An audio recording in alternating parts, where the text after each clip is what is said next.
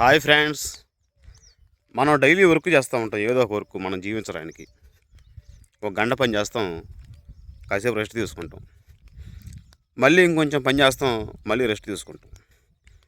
కొంతమంది ఒక రోజు పని చేస్తారు, 2 రోజులు రెస్ట్ తీసుకుంటారు. మరి కొంతమంది ఒక 2 రోజులు పని చేస్తారు, 4 రోజులు రెస్ట్ తీసుకుంటారు. కొంతమంది ఒక వారం పని చేస్తారు, 2 వారాలు రెస్ట్ తీసుకుంటారు.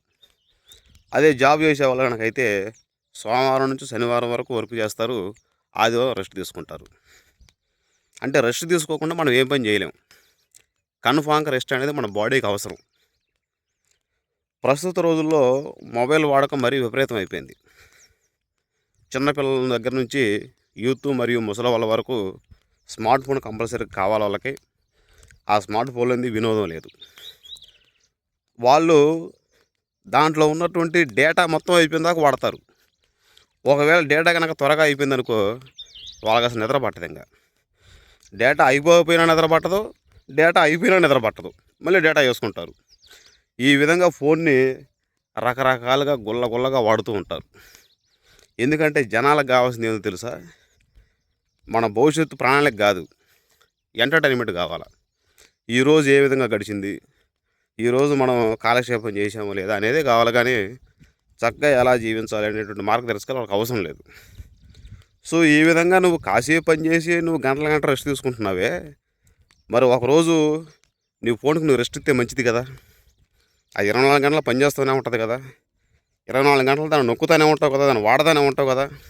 మరి దానికి బాధ కలగదా? మీరేం చేస్తారంటే వారంలో ఒకరోజు మీ ఫోన్కి సెలవు ప్రకటించండి. దానివల్ల మీ ఫోన్ కొంచెం వర్కింగ్ కండిషన్ బాగుంటుంది.